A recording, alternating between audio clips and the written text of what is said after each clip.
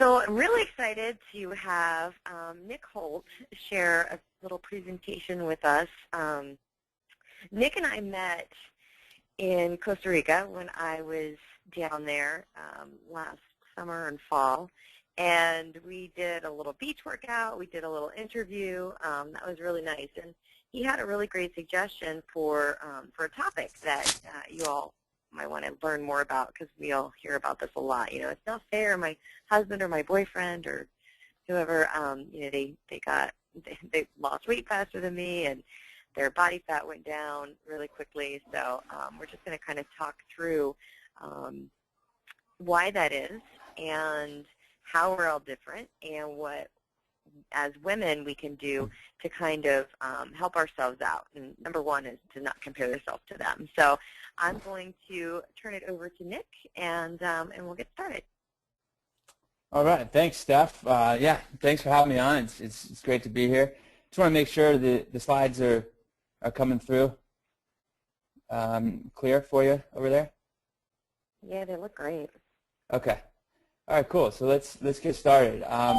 Yeah, we met last year, and you know, in talking about our different sort of fitness philosophies, we sort of were connected on many levels, and you know, thought it was a cool idea to sort of share my perspective as a man and as a male personal trainer, and the experiences that I have with my clients, and to see what works and what doesn't work with men and women, and the differences, because there are fundamental differences between men and women in how we store fat and how we lose fat.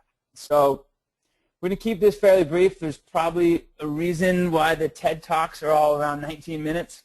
So we're going to try and keep it under about 20 minutes. So let's get started. We met again last year.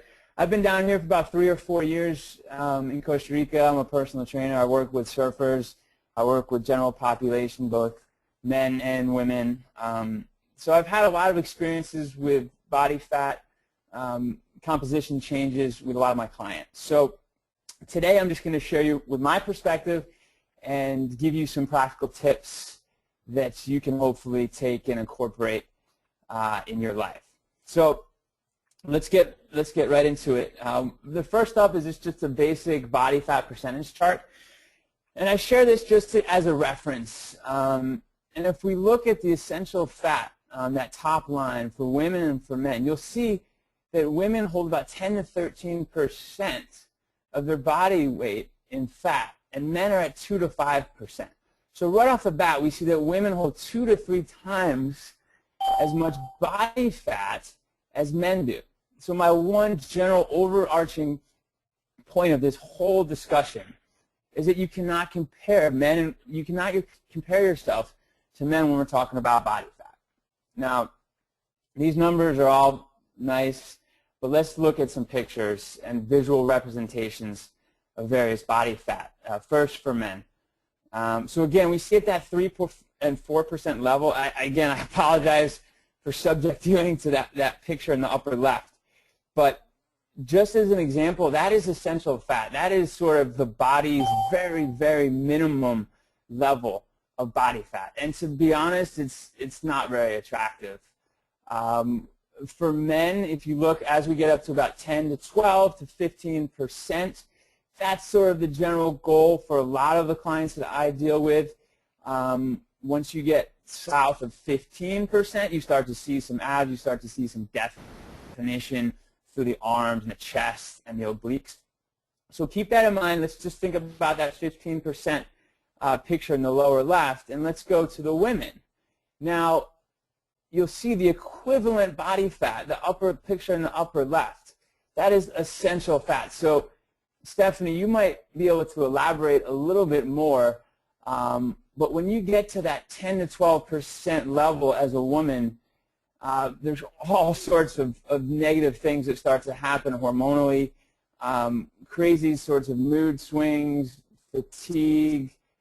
It can actually be quite dangerous. And as a former physique competitor, maybe you can sort of just touch on that for a second.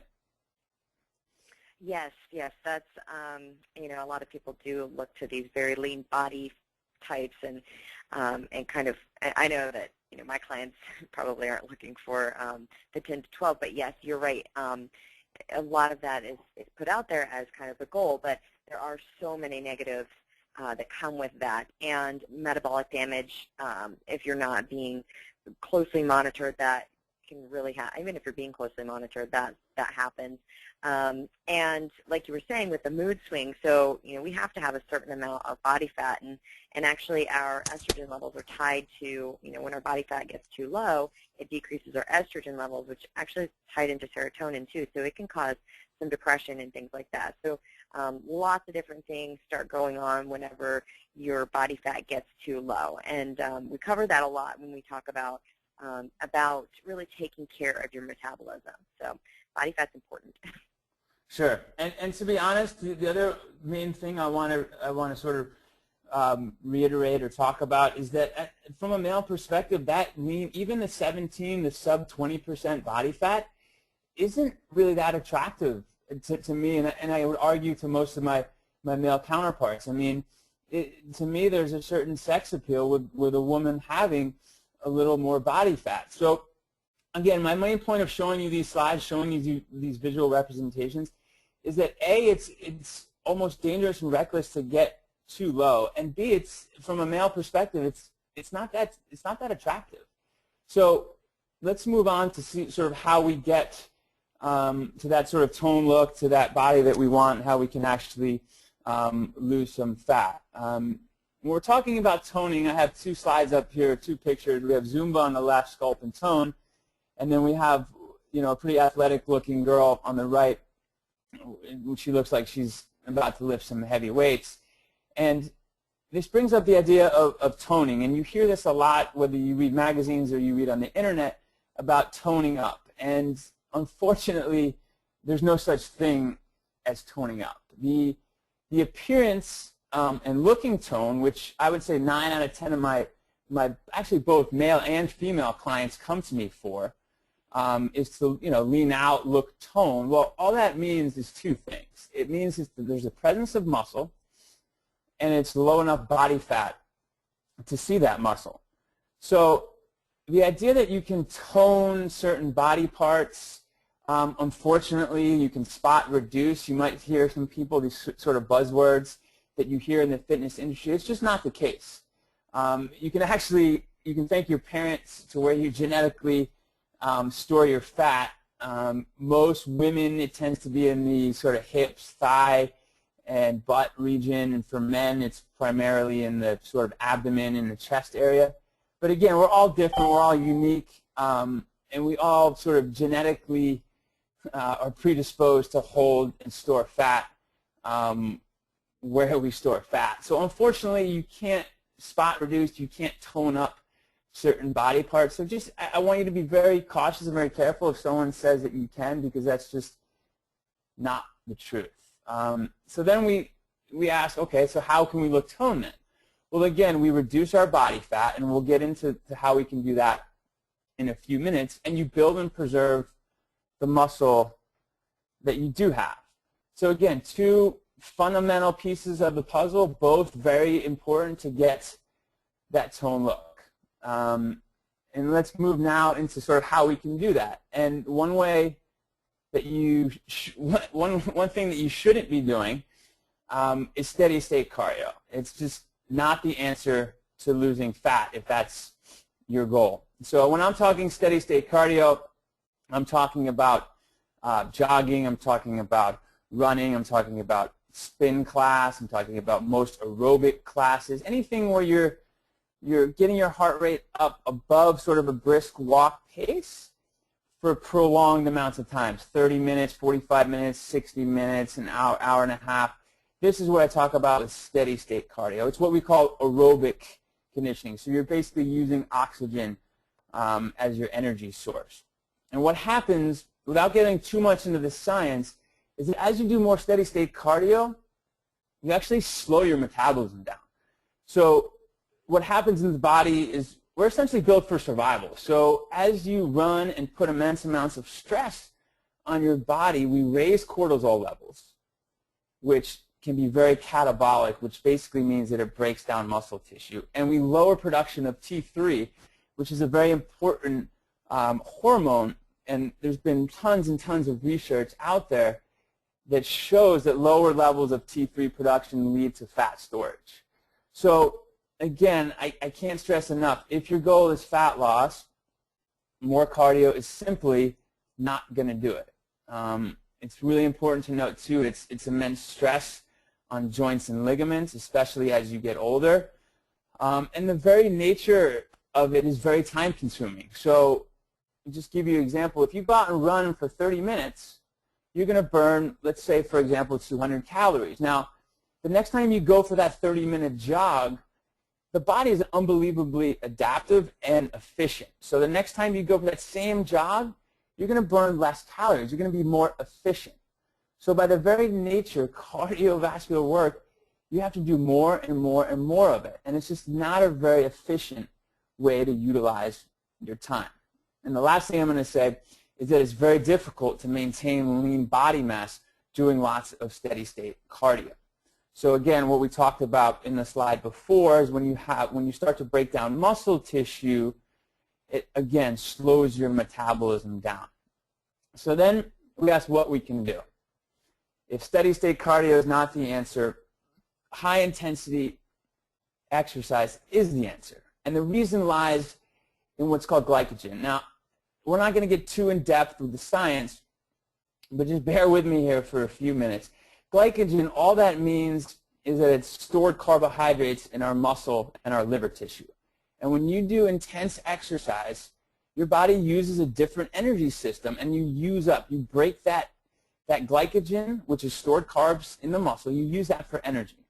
So when we're talking intense exercise, that can be sprinting, it can be a body weight push-up, you can do jumping jacks in your house, you can do body weight squats, you can hop on the rowing machine, anything you're doing at a high intensity. That's going to basically use those glycogen stores, and that's going to result in fat burning and eventually fat loss. So again, just to reiterate, as we deplete our glycogen, the carbohydrates that we eat, they basically get refilled into those glycogen stores, and they do not metabolize into fat.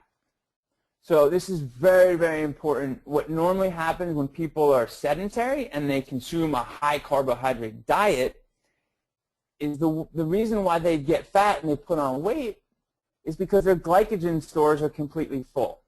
And so those excess carbohydrates, which are converted to glucose, essentially get pulled into the fat cells, and the fat cells store fat, and they get bigger and overweight.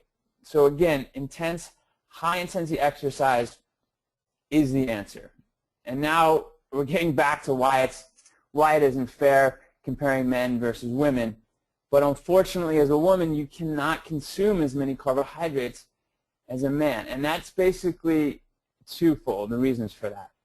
Basically, women naturally carry less muscle mass than men. So that means you have less glycogen, as we just spoke about. Less glycogen means you need less carbohydrates. It makes sense. So not only do you carry less muscle, but unfortunately, and it really isn't fair, women have a much harder time using and depleting their glycogen stores. So if we look at this slide and we just follow the flow chart left to right, without intense exercise, or let's just say the similar exercise, men versus women, a woman's glycogen stores will be fuller. It's going to be harder for you to deplete the glycogen in your muscles, so that the carbohydrates you eat will basically not go towards replenishing those glycogen stores because they're more full. They're fuller than, say, the equivalent of a man. And so therefore the body will not be able to burn fat, and the body will actually store fats. So I hope that made a little bit of sense. The take home, the main practical thing that you can take home from talking about glycogen is that as a female, as a woman, you have to do more HIIT workouts. And I know, Stephanie, you provide great HIIT workouts as part of your program. You can also, I'll give you my information at the end, Nick Holt Fitness. I have a weekly sort of HIIT workout that you can do It's just a much more efficient way to do your exercise. I know we're all busy, but just keep in mind that as a female, you have to do more HIIT workouts. And not only do you have to do more HIIT workouts, unfortunately, you have to be much more careful with a higher carbohydrate diet. And I have on the slide, you want to target your carbs to about 50 to 150 grams. And again, there's so many different variables that go into how many carbs you should eat daily, and I get this question every day. I'll just tell you this: if you really want to focus on fat loss, you should probably, get towards the lower end of that scale, so 50 to 75, which isn't very many. I mean, if you look at a typical American breakfast, 2 pieces of toast, some jam, maybe a glass of juice, some sugar in your coffee, and right there you're at about 50 grams of carbohydrates. So I would recommend getting most of those carbs from vegetables and fruits and try and stay away from obviously the processed foods and the breads and the pastas and whatnot. The only exception, if you're really active and you're doing a lot of exercise, you can probably get away with a higher carbohydrate diet. But again, if the goal is fat loss, I would try and stick to that sort of sub-100 level. Is sort of a good sort of baseline to shoot for. And we can get into more detail in the Q&A if you have specific questions. But obviously, your body type, your weight, your age, there's many other variables that are going to come into play. Moving on to alcohol and weight loss, we have to talk about alcohol because it's so popular. And you hear in the magazines, you hear on the internet that you can just go and burn off those extra couple hundred calories. You have a couple of beers, you have a glass of wine. Okay, I'll just run an extra half a mile and burn off that extra 200, 300 calories that I drink. Well, unfortunately, it's just not that simple. The body, what happens when we consume alcohol is that we shut down all other processes to oxidize alcohol. And that includes burning fat. That includes growing muscle.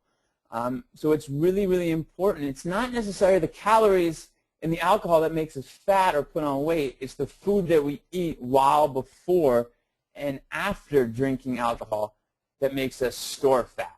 So I'm not saying you shouldn't drink. I think drinking in moderation is fine, and it's a great way to connect with your peers, with your family, with your partner.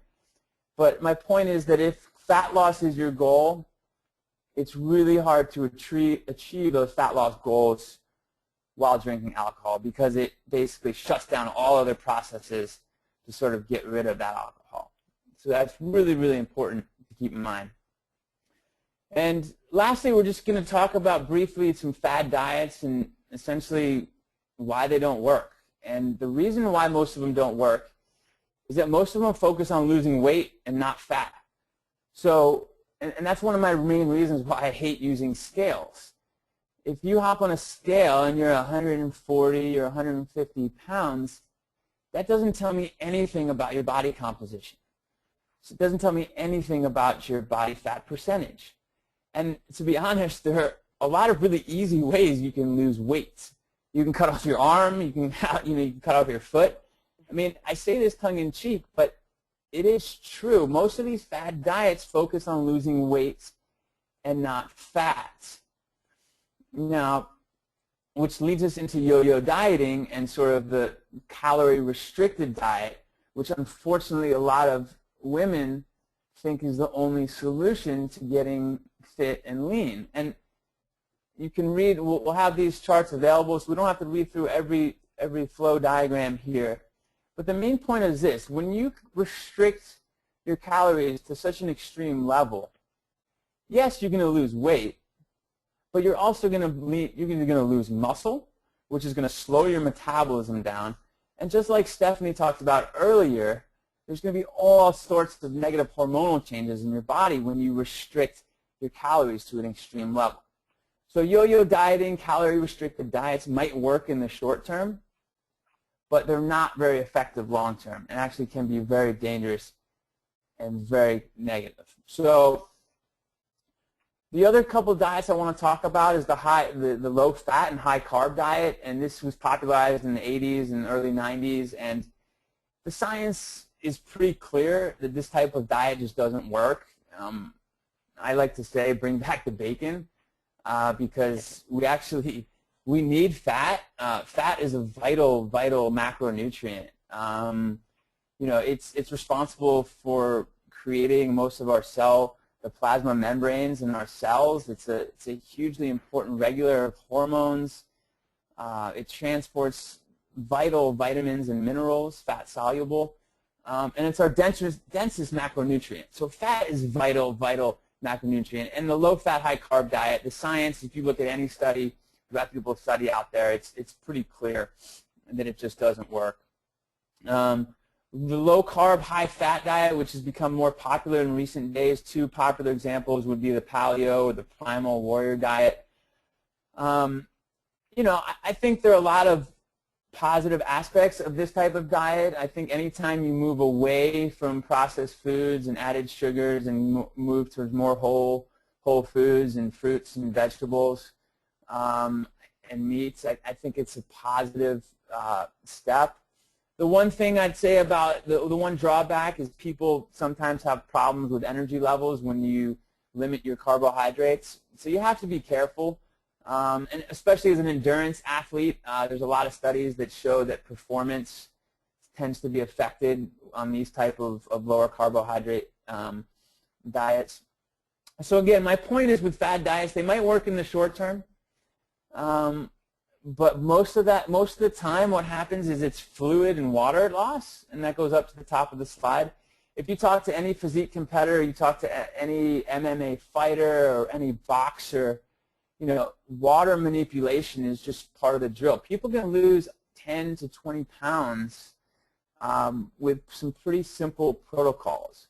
So I think you have to be very cautious in these sort of marketing materials that say losing 10 pounds in 10 days. Most of that's going to be water, and it's going to be weight, and it's not going to be fat. And so fat loss is really what we're concentrated on. And at the end of the day, you have to just look at your health for the long term and what you can adhere to day in and day out and what's sustainable for you. So I just want to leave you with a few sort of tips to stay healthy. You have to set realistic goals. You cannot compare yourself to the male counterparts as we saw in those first couple slides. It's just not realistic. Men hold much lower body fat percentages, and it's just not a realistic comparison. And the last three we can kind of group together. You have to do your homework, you have to experiment, and you have to be more skeptical. I think there's tons and tons of studies out there that are just not based on real science. You have to look at, you have to look at where the study is being funded. You have to follow the money trail, and you have to do your homework, and you have to experiment. You have to see what works for you. You have to see how you respond to different diets, different exercise protocols. And if you don't have the time to do the homework, find an expert, find someone you trust, and follow what they say. So that's pretty much it in a nutshell. Nick Holt Fitness is my website. You can find me online, Twitter, NHFit, Nick Holt Fit on YouTube. And again, I think a great resource for everybody is a weekly HIIT workout live from the beach here in Costa Rica that I post every Monday.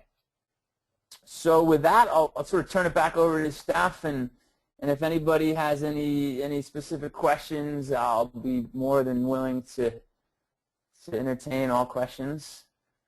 So thank you so much. That was really awesome. And definitely sign up for his on his email list and check out the HIIT workouts every week because the beach is pretty amazing. But we do have time for some questions. So for anybody that has a question, you should see there's an option to raise your hand. So if you click on that, then I can unmute you and you can ask your question.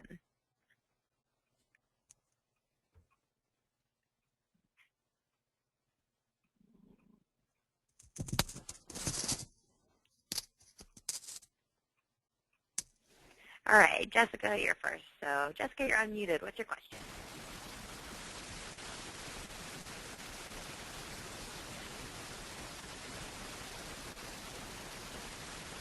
Jessica, can you hear me?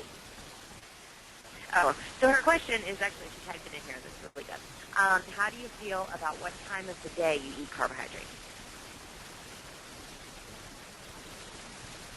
Okay, sure. The question, how do I feel about what time of day you eat carbs? That's an awesome, excellent question.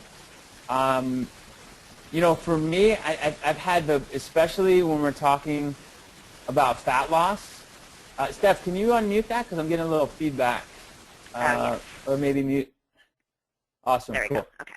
Perfect. So again, the question is sort of how do I feel about what time of day to eat carbohydrates? And I think it's a great question. The beginning of the day, especially for fat loss, is we wake up in a fasted state, right? So we've been asleep for 6, 8, 9, 10 hours, what have you. Maybe we haven't eaten for up to 10, 12 hours. So we're already in this fat burning stage. So my recommendation is to hold off on your carbohydrates till later in the day, and to actually, if you're gonna have, if you want fat loss, try and time most of your carbohydrates after a workout.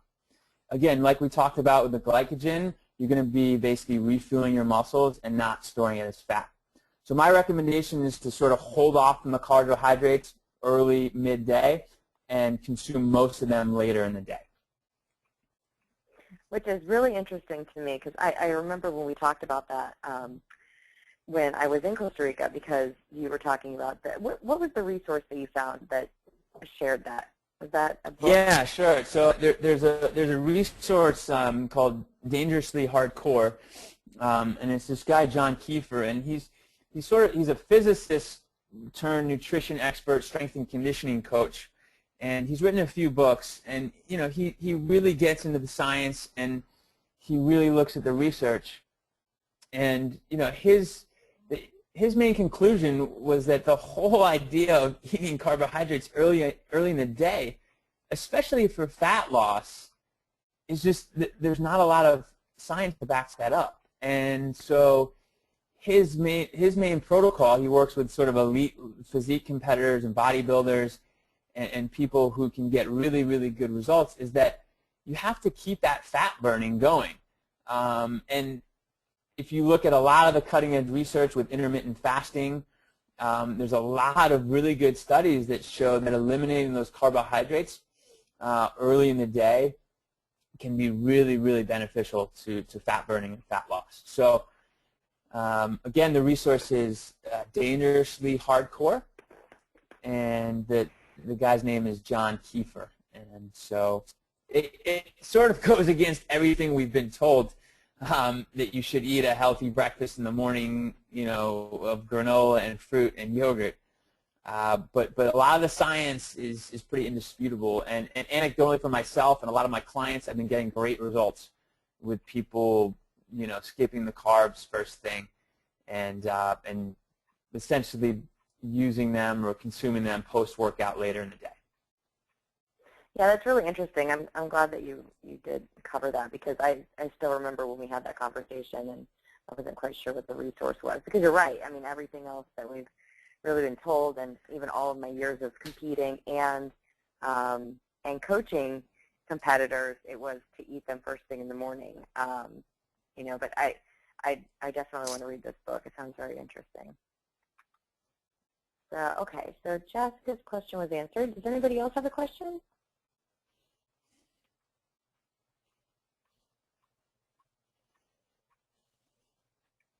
I don't see any other questions.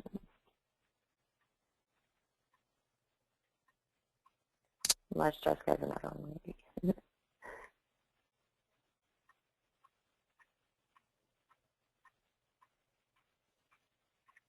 All right, well, I don't see any more questions on here, so I am going to thank Nick for his time and his expertise. I really appreciate it. And like I said, don't forget to find him online.